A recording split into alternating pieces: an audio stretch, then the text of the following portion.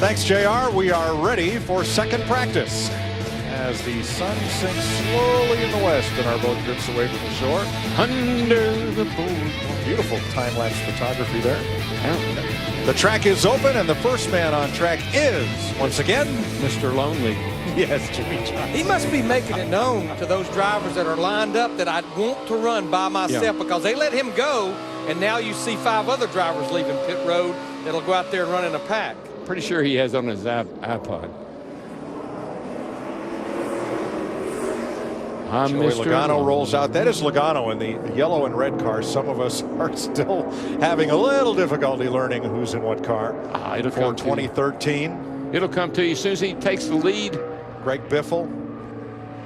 They're behind Logano and Kevin Harvick, who had the fastest lap of opening practice. Denny Hamlin right there in the familiar FedEx colors. Well, as the sun sank, so did the thermometer. 61 degrees right now. And unseasonably cold temperatures. I know that sounds like a joke if you're up in New England, but it's going to be in the mid-30s here tomorrow night. Those tires could be giving off sparks.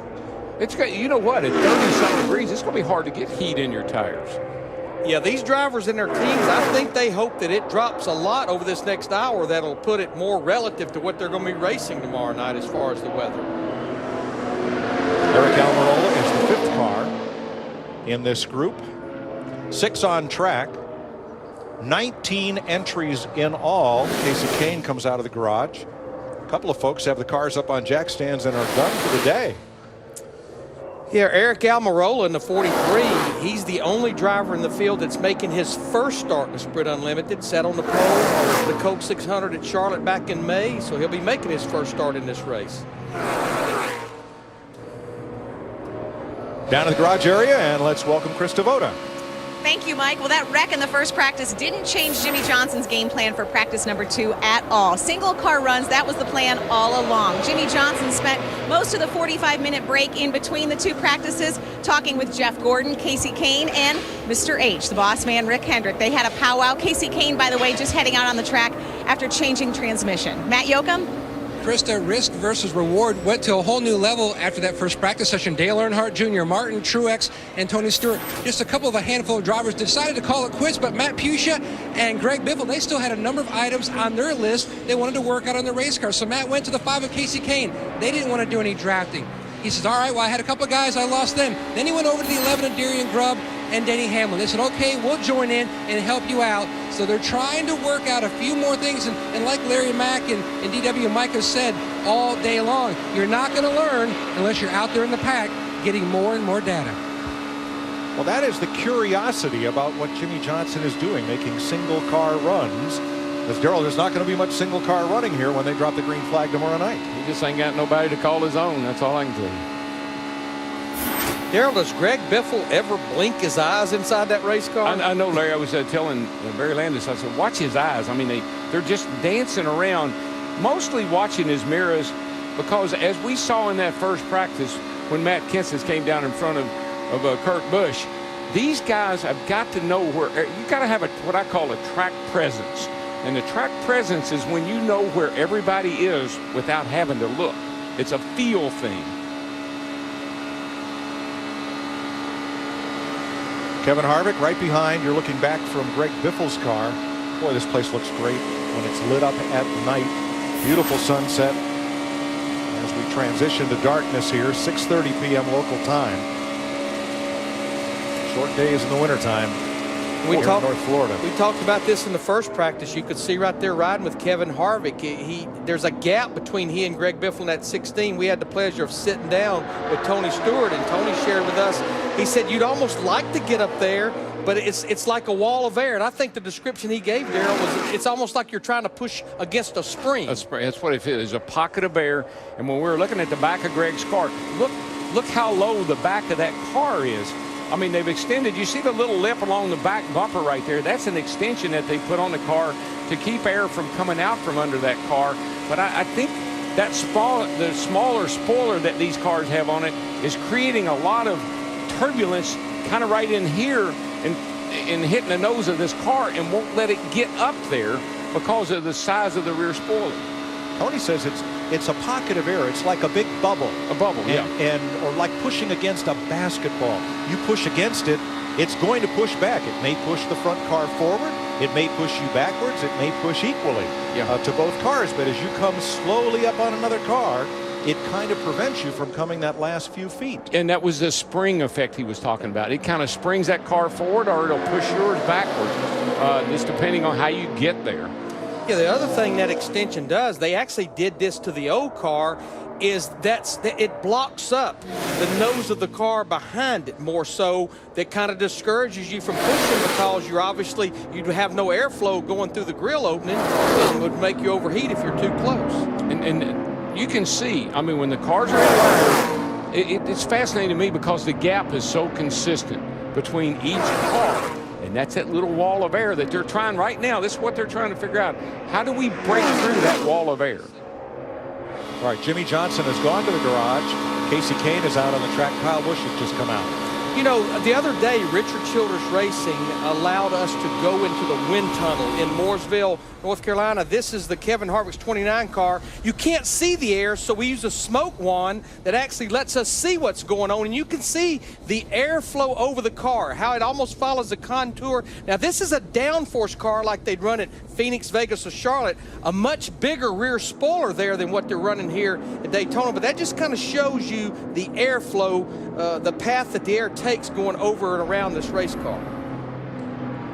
Yeah, with that big blade on there, now that creates a big vacuum in behind that car. And you can really get a suck up on that car on somebody with that big blade on there. But we got what's the size here, 4 inches? It's 4 inches tall. It's half the size of that spoiler than what we saw right there. Denny Hamlin has the fastest lap of this second session so far. Speed's presentation of NASCAR Sprint Unlimited Final Practice is presented by Sprint. You control the Sprint Unlimited at Daytona. Vote now at sprint.com/Sprint Unlimited. And brought to you by Sonic. The all-new foot-long lineup from Sonic is here. Get one with tots for just $3.99. Like, I don't know, but I just, from what we saw down here in testing, and what I'm seeing even right now as we speak, those Gibbs Toyotas look to be pretty steamy. Kyle Busch was real strong in that first practice. Denny Hamlin is leading these guys around here right now. And Greg Biffle in the 16 car, the Ford Fusion, he was trying to get out around the outside, and he really just couldn't get up there. Yeah, there's Kyle Busch in the 18 car doing what he did at the end of the first practice session, out there making single car runs. To Darrell's point, Denny Hamlin is quickest. Joey Logano, Kevin Harvick, Toyota, Ford, and Chevrolet. 12 cars now have been out on track, 12 of 19 in this session. Juan Montoya, 11th quickest, has just returned to the track. You see the quick damage repair on the front of his target Chevrolet. Juan almost made it through. You see him there 6th in line when Matt Kenseth comes down on Kurt Busch and triggers this. Montoya hits the brakes, but Mark Martin comes across his nose. You know, one thing we didn't point out, we actually realized it as we were going off the air. You see Denny Hamlin back there, that black number 11. He had been right in the middle of that, and what he had done just before that happened, he had kind of drifted out of the pack behind him, and I think he was going to try to make a run back up through there, but he got far enough behind him, he was able to get on the binders and not get involved in that wreck. You know, Larry, I like what I'm seeing here with these 5 cars. Joey Logano up there in the 22 car, Hamlin here in the 11. They're doing a little passing and working around each other here, and Harvick seems to be hanging in there pretty well. Montoya's sucking along behind them. These guys are trying things that I haven't seen other people try. It's a small group, but they are trying to pass. Joey Logano, Denny Hamlin, they've been teammates for the last 4 years over at Joe Gibbs Racing. Joey going now to Penske Racing, joining Brad Keselowski as a teammate.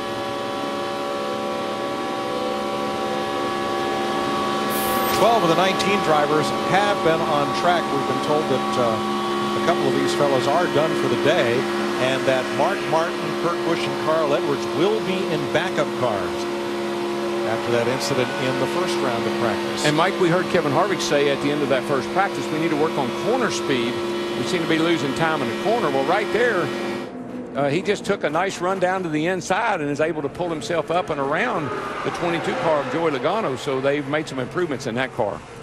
You see repairs ongoing on Matt Kenseth's car, especially on that left rear quarter where he got into Kurt Busch. Now, one of the things about this new car, you see that panel that they're putting on there. That is a panel that is provided by the manufacturer.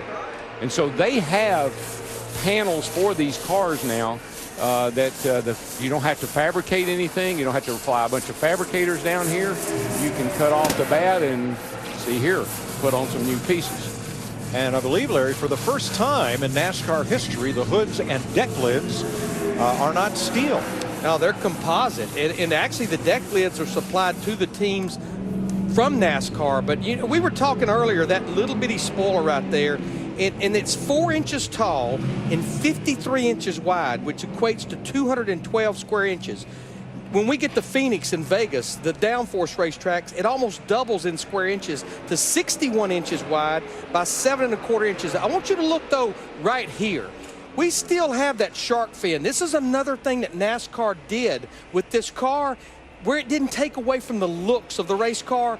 Everywhere we go, it'll be clear Lexan, just like you see here on Greg Biffle's car. I just think that's another thing they did to give this car a better look. Well, and not only that, Larry, but when you're running beside it, if you were side drafting and run beside the car and it had that big fin down there, it was hard to see past that big fin. True. Krista? Mike, Casey Kane heading back out for another run, and some radio conversation from that first run that they had with the team. Kevin Hamlin, Casey Kane's spotter, saying that group up front, see if you can catch them. They're a little racier than the group was in the first practice. So Casey was able to get in that pack a little bit, but then crew chief Kenny Francis came on the radio and said, I'd rather not run side by side, Casey, if you can help it. They came in, made a couple small changes, and they're getting ready to head back out. Pretty car. I mean, that's a beautiful car, particularly under the lights. I believe this guy, Kenny Francis, a year at Hendrick Motorsports under their belt. I believe this guy is poised to make a real run at the championship this year. Made a pretty good run there at the end, finished 4th in the points. Yes, sir. Denny Hamlin hard at work. He is fastest in final practice so far. Richard Petty is a simple man with small-town roots who grew to become an American legend. One of the great masters of the sport. A legend in his own time. They don't perceive you being separated from them. The fame that came with the Petty name may have been a way of life, but that didn't mean it had to be the family's way of living. We tried to teach the kids we wasn't nothing special. If Mama said or Daddy said, come in here and do this, you just did it. I disciplined. My mom wore my butt out, and I never remember the king spanking me. But in every royal family, there are stories of heartbreak. When you take something away from somebody else, especially their life, it's got to affect you a whole lot. They keep thinking what if or what could have been or what might have been, and you just go crazy. But through it all, Richard Petty is held strong, and he keeps on racing. Richard Petty, without racing, we'd be reading about him in the paper that he passed away, because that's who he is. As long as I can go, I'll be there. A Racer's Life premieres Monday on Speed. I have seen the show, and for new fans, for longtime fans, it's a look inside stock car racing's first family like I couldn't imagine the way this show unfolded. Watch it. I think you'll love it. Yeah, you know, I was just looking at the promo, and I was thinking to myself, I've known Richard Petty ever since I've been racing. But that show, there were things in that show that I'd never heard before, and there were stories I'd never heard told before. It's a really, really well done piece. And here's one of the King's pieces here at Daytona, Marcus Ambrose in the number 9, along with Eric Almirola in the King's 43. Ambrose 8th in this session at 192.8. Yeah, it looks like he's on the same strategy, he and his crew chief Drew Blickensderfer, as Kyle Busch, the 18 team, Jimmy Johnson, the 48, just out there making single car runs, just trying to find a little more speed. Right now, he's practicing making a green flag pit stop coming on the pit road here. Hey, I see our friend the Orange Cone is healthy. He got taken out in that wreck 9 minutes into the first practice session, but he's back on duty. He survived, but you know what I was thinking about Marcus? If they would use the chicane, the dogleg in the backstretch, you could put some money on Marcus, because he would be all over that. Maybe one of the if not the best, maybe one of the best I've ever seen on a road course in a stock car. Oh, yeah. Unbelievable talent. Hey, we kid about the orange cone, but of all the inanimate objects on Twitter, the orange cone is one of the wittiest and best informed about our sport. And one of the busiest. Yes. A lot of tweets from the orange cone. At the orange cone. Casey Kane making single car runs, which has been the norm for most of the Hendrick cars. Dale Jr. is about the only one that really mixed it up in traffic during that first session. And look at the top of the windshield on these new cars. It's something else that's different. For 2013, the driver's name and the manufacturer's logo on either side of it, atop the windshield strip and behind the number on the roof. For the first time that I can remember in NASCAR history, the sponsor name also appears on the roof of the car. Just a minute. That's the thing about this car that it just thrills me to death. So much effort, so much time, so much thought went into this car. Everybody disliked the COT so much. I know everybody's mission was to let's build a car, let's present a car, let's race a car that the drivers like, the fans like, the media likes, but more importantly, the manufacturers kind of like it as well.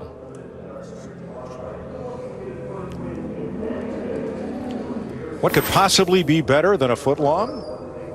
4 foot longs, including the all-new foot-long lineup from Sonic, featuring the Chicago dog, the American dog, the New York dog, and the chili cheese coney. Get one with tots for just $3.99 at Sonic. Taters. That's where tots come from. Tots come from taters. Thanks for clearing that up, Larry. Yeah, they should have had the Lucky Dog on there. You know? What's that? The Lucky Dog. Should have had the old Lucky Dog in there. Could be. Would that not be lucky? Yes, I'm sure it would. Depends on how many you eat. And here's the Kings number 43.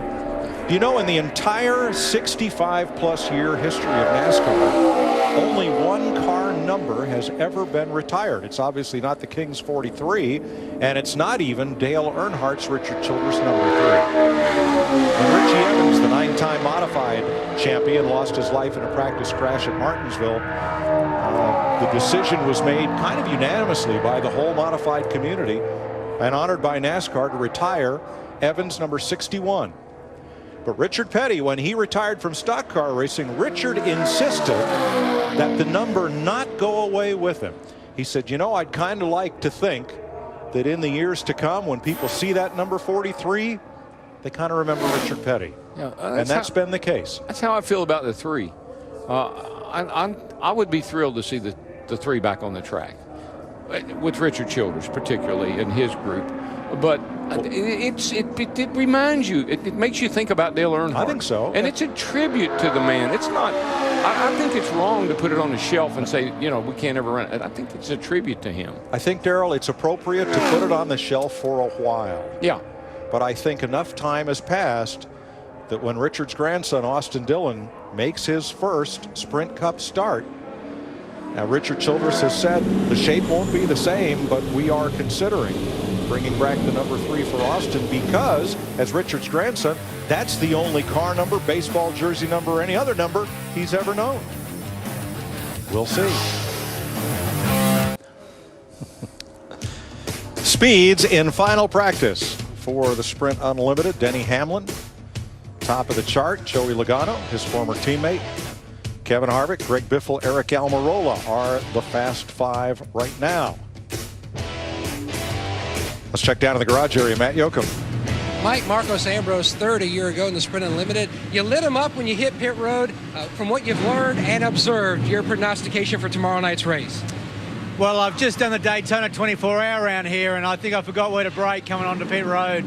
We're just trying to test our stuff to see exactly what it's going to be for the 500 and for tomorrow night. And I came in there, brake pretty late. We got on the splitter. It takes the weight off the wheels. Once that happens, you're just a passenger. And we smoked one pretty good, but no harm, no foul. We're just going to put some fresh tyres on it tomorrow night and get after it. Good luck tomorrow night. Thank you. Mike? Thanks, Matt. Marcus Ambrose. Yeah, he had quite a run there for Michael Shank Racing in the 24 hours. So, final practice, and what we really need to find out tonight: how will these cars work in the draft? Can we pass? How do we pass? How do we get comfortable? What are we learning out here? Well, I think it's still to be determined. I just think there's still a lot of things about these cars these guys don't know, and these accidents keep them confused, and it also makes them so cautious that they're afraid to go out there and really mix it up like we would like to see them do. But well, here's what we do know: the gyro cam works great. The cam cat works super. Right. And the cars look good. So we got a lot going for us. Well, I think so. And what we are seeing, what's interesting, Larry, is this bubble that we talk about between the cars, where the trailing car really can't get close enough to the car in front to find out if we can bump draft or not. I'm still not convinced that we're not going to see some driver, probably tomorrow night, bust that bubble. I think especially when we see that white flag waving in that flag stand, and you know you've maybe got an opportunity to get up there and win this race. And that's all this race is about, is winning. It's not about points. I think somebody will probably try to bust that bubble. Well, what will happen, Mike, is when you get all the cars together, now that disturbs the air a lot more than what we're seeing out there with these cars in single file, kind of being nice to each other. You get them 3 wide, and you get some guys coming in a hurry and some guys caught on the inside, caught on the outside. That's when that bubble will burst. And now, where it goes when it bursts, I don't know. And that's why you folks keep tweeting to me, nobody wins practice. Okay, we get it. Krista. Well, Mike, Denny Hamlin certainly knows how to win this event, and there's been a lot of talk about his number 11 down here. I've heard a lot of drivers saying that 11 is fast. How good is your race car? It's really good, I believe. You know, it's so hard to tell, and it's so circumstantial to how many cars are around you and how the draft works, but you know, you constantly learn what it takes to go faster. And so since the pack isn't really big, you're working on engine stuff, chassis stuff, things like that. So I think we've got a great FedEx Express Toyota Camry. Excited about that. The day's pretty much done for us, and so we're excited to get this Camry going. All right, fantastic. New little baby girl at home. You have to come to Daytona just to get sleep, don't you? Yeah, no doubt. And make sure Daryl knows that things got a lot better for me and a lot worse for his brother on the second 9 this morning. Thank you. He's laughing right now. Thanks, Denny. We played golf this morning, and I only was able to play 9 because I had to get back. And Denny, he sets my brother up so bad. It's like setting him up for a pass on the last lap, and it sounded like it went pretty well for Denny. But you were telling me, for guys that play golf about every day, their golf game is really not that good, is it? They seem to have they have some misfires, I can tell you that. But they can come up with more ways to bet than anybody I've ever seen. Kevin Harvick has just come out of the garage area, and he picks up Greg Biffle as a drafting partner. Just the two of them on track on the backstretch right now as Casey Kane comes across the start-finish line. Let's watch the speedometer here, the speeds on the car. Somebody was asking me, you know, they're averaging 196 around this joint. How much are they falling off in the turns? We can maybe get an idea here with our telemetry. Now, the one thing Kevin will be watching, because he doesn't have the speedometer, he'll be watching the tachometer, because these two kind of go hand in hand together, don't they, Daryl? Yeah, well, you know when you see a number over here on the RPM side, you know kind of where you've been, you know, if it's 8,000 or 8, whatever. When you see that go up, you know your car has picked up some speed. Yeah, because we don't have the miles per hour, but we're kind of got it figured out. If we're turning this many RPM, we kind of know how fast we're going. Sure, it's an equation. Gear ratio, tire circumference, factor in an RPM. Yeah, you're going to see that the speed and the RPM, they don't drop off much. What you're really looking for, we heard Kevin talking about it earlier, speed through the corner. You want those RPM not to drop down much over 200. If you're turning 84, you want it to drop down maybe 82 in the corner. If it's dropping more than 200 RPM, your car's binding up and you need to work on it. Yeah, with this only being 2 drivers drafting, we're probably not going to see much more over here than about 8,400. But some of the engine guys were telling me when they get in a long line, it'll go up to maybe about 87 or 8,800, where if you're out there by yourself, you barely are turning 8,000 RPM. Yeah, that's when you say, look, Mom, I'm going fast. Now here's Casey Kane in the Farmers Insurance Chevy by himself as Kyle Busch comes onto pit road. And you see Kane just a little tick, mile an hour perhaps off, but running almost the same RPM by himself as the other 2 cars are together. But almost down here is huge. 100 or 200 RPM with the gear ratio we pull down here. It's a real high gear. Man, if you can gain 100 RPM, you've gained a lot of speed. But, Mike, we saw that down here at the test, and it was one of the goals that NASCAR had with this car and this entire package is to try to close the gap on speed between single car runs and drafting, because if you go back a few years ago, we were barely qualifying in the 180s, and when they got out there in a pack, like I know Michael Waltrip, the Sprint Unlimited, almost 209 miles per hour, so they're in a box. That's one thing this car and this whole package has done. It's closed that gap between drafting and single car runs. And you're right, Darrell, it's just 100 RPM difference in the corners and down the straightaway. Here's Greg Biffle coming back up on track after practicing his pit road entry and pit stops. Hammond used to say, how much is it dropping off in the corner? I said, I have no idea. If you want to know, you get in here and watch the tag. I don't have time. Eric Almirola coming back up on track. One good predictor of who's going to be fast in the race are the 5 and 10 lap averages that we look at, and here are the best 5 consecutive laps in this session. Denny Hamlin just a tick better than Greg Biffle. Final practice for the Sprint Unlimited rolls on at Daytona, live on Speed. Speed coverage of Sprint Unlimited final practice is presented by Sprint. You control the Sprint Unlimited at Daytona. Vote now at NASCAR.com/Sprint Unlimited. Only DirecTV gives you dedicated driver channels, so you never miss a second of your driver's race. Call 1-800-DIRECTV.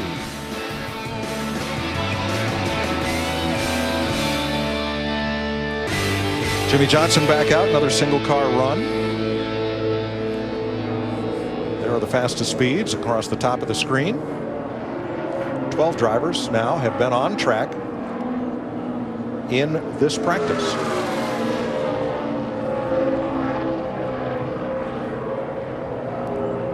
A lot of effort here on practicing pit stops, among other things. Yeah, I saw Biffle. He tried to get on pit road one lap prior to making it on pit road. He was coming too hot. He had to abort and go around, and then he came on to simulate a pit stop here.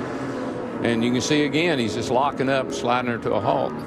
And what may dictate that we will have a green flag pit stop, the fans they've spoke as far as the segments. We know we're going to do 30 and 25 and 20. But the other thing they'll be voting on, when that caution flies at the end of 30 laps, are the teams going to be made to stay out and not pit? Change 2 tires or 4 tires. If they stay out, if they're forced to stay out by the vote, that means about 8 to 12 laps into that second segment, we will see a rash of green flag pit stops. And the other thing that is so critical is if you've got to come to pit road and you don't intend to change tires, you're just going to put gas in that thing and go. You don't want to slide that right front and flat spot it trying to get on pit road. So you got to really work on your brake balance. And it's up to you fans. You get to vote. No pit stop, a 2-tire or 4-tire stop. Now, if you vote on your NASCAR Mobile 13 app, your vote counts twice. Or you can go to NASCAR.com/Sprint Unlimited. That's one of several votes that you get to make. And the fans at the race tomorrow will vote to decide how the starting lineup is determined. Yeah, the reason they'll have to make a green flag stop if they go with that one right there where there's no pit stop, fuel window here, somewhere about 42 to 45 laps on a tank of fuel. Then let me ask you this. If you're not in the front 5 coming toward the caution to end that segment, why wouldn't you pull a Frankie Stoddard and hit pit road? I need to check the entry blank. I might can tell you why. Yeah. Mike, if we thought about that, I'm pretty sure the other guys thought about it too. Good point. One year during qualifying for the All-Star race, Jeff Burton was the driver. Frankie Stoddard, the crew chief. You had to make a pit stop. First time around, no stop during qualifying. Actually, it was in the race. In the race. In the race itself. In the race. Coming to one of the end of the segments. No stop. And then coming to the end of the segment, they were pitted just before the start-finish line. They made the stop, crept across the line, and the next week there was a new rule. All clear. Yeah, he got his work done, and then when the caution came out or that segment ended, he didn't have to come back to pit road, and when everybody else did, he was in the lead of the race. Jimmy Johnson heads for the garage as his teammate Jeff Gordon flashes across the start-finish line, and Sprint Unlimited practice continues. Welcome back to Daytona. Budweiser Speed Weeks is in full swing right here on Speed. Practice coverage starts tomorrow, 11 a.m. Eastern. We're on the air. The ARCA Racing Series season opener, NASCAR race day, get you fired up for the Sprint Unlimited. All begins tomorrow at 11 a.m. Krista. Mike, one of the first guys to find a pack to race with in this practice was Greg Biffle. So did you learn what you needed to in this practice session? Well, the crew chief wanted us to be in about a 5 or 6 car pack, but the driver wants to be in a 20 car pack just to see how the car reacts and drive around other cars. But, you know, I'm pretty happy with 3 and Ford Fusion. The guys have worked really hard over the winter to get them ready and, you know, drove good. And we'll just have to wait and see what it's going to be like when there's 25 of us out there really trying to go for position versus just seeing how the car drives. Thank you very much, Greg. Yeah, between the 2 practice sessions, he ran a total of 37 laps, 22 in the first one and 15 in this practice session. And we were talking about, you know, single car runs versus qualifying speeds and how much closer they are now than they've ever been before. See, that's one reason why a single car run is not so bad. Because if your car drives pretty good at this speed, you're going to pick up a little bit of speed when you get in the draft, and yeah, there's going to be a little bit more movement of the air, but it's not going to be that dramatic change from 185 to 205. So the cars are going to have a similar drive feel when they get out there amongst other cars. Well, we're in a similar situation to last year. There were more than 20 cars entered in what was then known as the Budweiser Shootout, now the Sprint Unlimited. And in the final practice, same as tonight, only 12 cars participated because, like today, there was a crash in the first practice. The big difference, last year, everybody pretty well knew how those cars would drive and behave in the draft. Here it's still a question. Yeah, well, we saw it with RPM. I mean, we saw Casey Kane run around there, turning about 82, 8,300. We saw Kevin Harvick and a couple of guys, and here we go. Here's our crash from our first practice.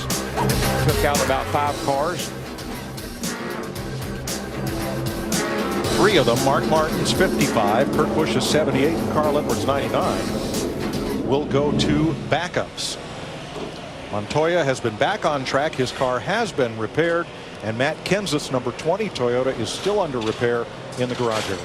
But that difference in speed back in the day, a couple of years ago, it screwed up everything. You didn't know if you had the right gear. You didn't know how the car was going to act when it went in a corner 15 mile an hour faster than it had been all weekend. But now there's not that big difference. And I think that's really helping these guys really do these single car runs and get good information. Terry Labonte, 16th time he's been eligible for the race he won here in 1985. That's Frank Stoddard's car. C&J Energy US Chrome Ford Fusion. Yeah, Terry's going to run the Sprint Unlimited race for Frank Stoddard, and then he's going to run the 4 restrictor plate races, the 2 Daytonas, including the Daytona 500 next week, and the 2 races at Talladega. And why wouldn't he? He has given this car, well, last year he gave it a whale of a ride. He had 2 great finishes in this car. Terry does an awesome job on the Daytona and Talladega. If he starts the Daytona 500, and he should start based on his championship provisional, and should be fast enough, but that will be his 61st start here at Daytona National Speedway. It'll break a tie that he has with Bill Elliott at 60 starts. We know that we'll have to check on those champions provisionals, because with the qualifying being set completely differently than it has been in the past few years, there's no more top 35 rule. But we still have a championship provisional. Yes, but it could be somebody as high up in the order. Could it be Kurt Busch? Could it be somebody that recent? Could it be Matt Kenseth having to take the champions provisional if things don't go their way? Absolutely. No, Terry is not a lock by no means. By no means. Matt? Mike, it's hard not to forget last year's Sprint Unlimited when Kyle Busch put on such a performance. What, 1, 2, almost 3 times? He almost spun out, sparks were flying, and they want to come back and win back-to-back. And right now, they went from the agenda of only making 1 run during this final session, and now they're getting ready to make their 3rd run. They've made a gear change, and Dave Rogers just wanted to try 1 or 2 more things up in the front of the race car, just learning and learning with this new piece here at Daytona. Kevin Harvick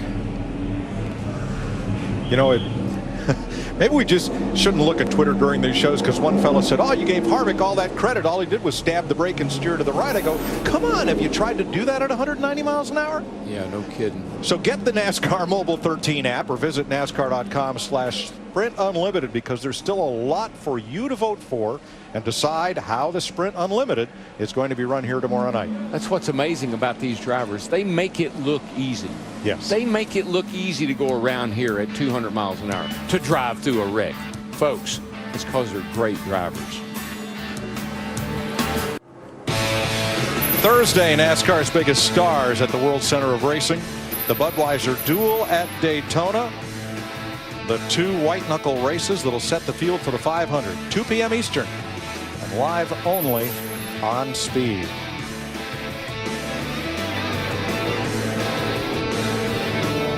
Danica Patrick will be in the duel. And as we've discussed, hardly anybody is safe at this point as far as knowing they'll be in the Daytona 500. You can time your way in. You can race your way in. There are a few provisionals, but the top 35 rule is gone. But based on practice down here a month ago, that 10 car was one of the fastest cars here. And I'm just going to say right now that she could end up winning a pole down here this week. She could also end up being on the front row. That car was that good and that fast. Yes, sir. Jimmy Johnson still making the single car runs. He's run more laps in this practice session than he did in the first session. He's run a total of 16 laps so far. He's been out. This kind of always, as a driver, drove you crazy. But from a technical standpoint of view, if you make a change on the car, you have to do the ABA deal. You have to have the car one way, you make the change, and then you put the car back the way it was to verify if that was a good change or a bad change. So you have to make a lot of runs when you're making changes to the car. When did that come into being? I remember, Darrell, you know, back in the day, well, that didn't work, let's try something else. Yeah. But does it seem to be that as team engineers started coming into the sport, we started going into these ABA scenarios where you had to come back and verify, you know, your original presumption based on the original data versus the data with what's changed? It changed when guys with briefcases showed up. That's when it changed. Because they were the guys that had the laptop in there, and they were the ones that wanted to know, well, did that really make a difference? Or did you drive a different line? Or was the wind blowing? Or did we put fuel in, and you know, it's always those little things. And so that's where ABA came from. The one variable they couldn't control, the driver. That's right. Matt? And one driver who's very fast on the charts is Joey Logano. So, 2 practices in the books. What stands out to you most about what you've learned today here at Daytona? Cars definitely draft differently, for sure, and learned a lot here in the second practice, just trying to play around and see what works and what doesn't, and what you can use to your advantage as a last lap situation. So I feel like we learned a lot with the Shell Pennzoil Ford here. From the first practice to second practice even, we made our car a lot better as far as handling and speed. So I feel like we're going to be okay. I feel like we're going to be fine. It's going to be a crazy, as usual, Sprint Unlimited, and hopefully we're there at the end and go for it. Different how? What, the car? How we made it better? Well, you were saying it was different. It was drafting differently. Yeah, well, a lot of different ways. I just feel like this car doesn't really put as big of a hole in the air. So I was joking around. It kind of feels like an ARCA car. The cars are kind of harder to get right up to each other. This makes it harder to 2-car tango, obviously. But it seems like every time you get to someone, it's shoving them ahead. So you have that to deal with for sure. Makes it different. Mike, exactly what you were talking about earlier in the show. Yeah, thanks, Matt. Boy, Joey brought up ARCA. Tomorrow's ARCA race, John West Townley and Milka Duno on the front row. I think I'll go buy a ticket. Should be fun to watch. Yes, it should be. But you know, one of the things that's different now, when we were down here testing, and when we were at Charlotte or anywhere where the testing took place, these guys were accumulating data. They were getting information from the car that they're not getting now. Boy, that'll make you, that makes me kind of want to, I don't know, straighten my head up. But you get data from the car from testing, and really what they are, with the ECU unit, the engine control unit in the car, Some of that I think they could verify if it's the same as it was when they tested, but there's a lot of stuff that they're probably not able to document like they could testing. Yeah, they have so many more resources in data, again, from electronic fuel injection and the ECU box, things that we never had at our disposal, especially once we got to a race weekend. Yeah, you don't have to ask the driver so many questions now. You know, I recall one driver, all these drivers left foot brake, and when you're left foot braking, you're dragging the brake and so on and so forth. Some of these guys found out that they were actually pushing the brake down and they didn't even know it. And so there's things that these guys that you learn that surprise you.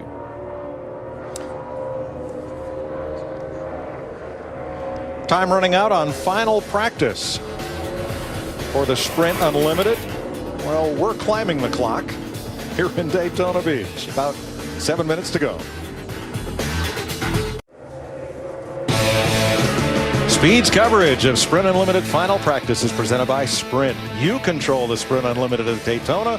Vote now at NASCAR.com/Sprint Unlimited. And brought to you by Sonic. The all-new footlong lineup is here. Get one with tots for just $3.99.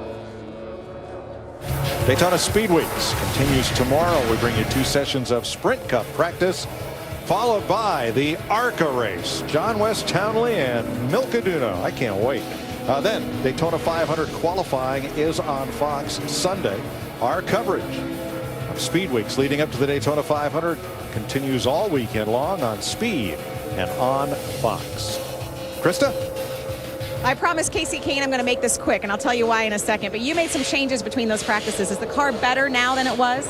Well, we had to make a transmission change. This practice I got in about an 8-car draft, somewhere in there I'd say, and felt pretty good in that. Just stayed out there for like 3 laps with them. A little nervous being out there, but then we just did kind of like qualifying 4-lap runs at a time just to see if we could make some gains, and you know these guys did. So I'm really happy with our Farmers Insurance Chevrolet and the way that Hendrick Motorsports has prepared for not just tomorrow night but the Daytona 500 as well. All right, I promised it would be quick. Why? Because you're heading to the... Yeah, I want to go watch the dirt race tonight at the World of Outlaws are racing. So they're started, so I need to get over there. All right, go on. Thanks, Casey. Ever a racer. He is off to the races tonight. Denny Hamlin still fastest in final practice. About 4 minutes to go.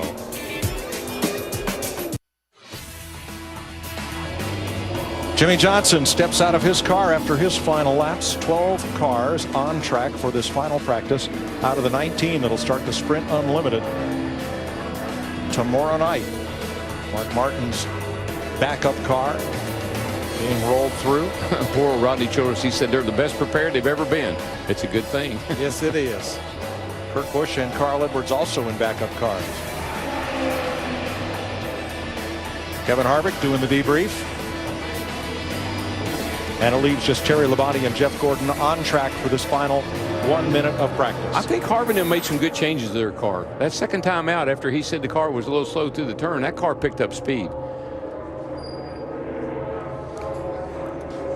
You know, as we watch Jeff Gordon make his final run here in his practice, back to Kevin Harvick. Darrell, I don't know if you agree with me or not, but I believe Kevin Harvick's going to have a good year this year. I think Richard Childress Racing, they've worked on a lot of stuff.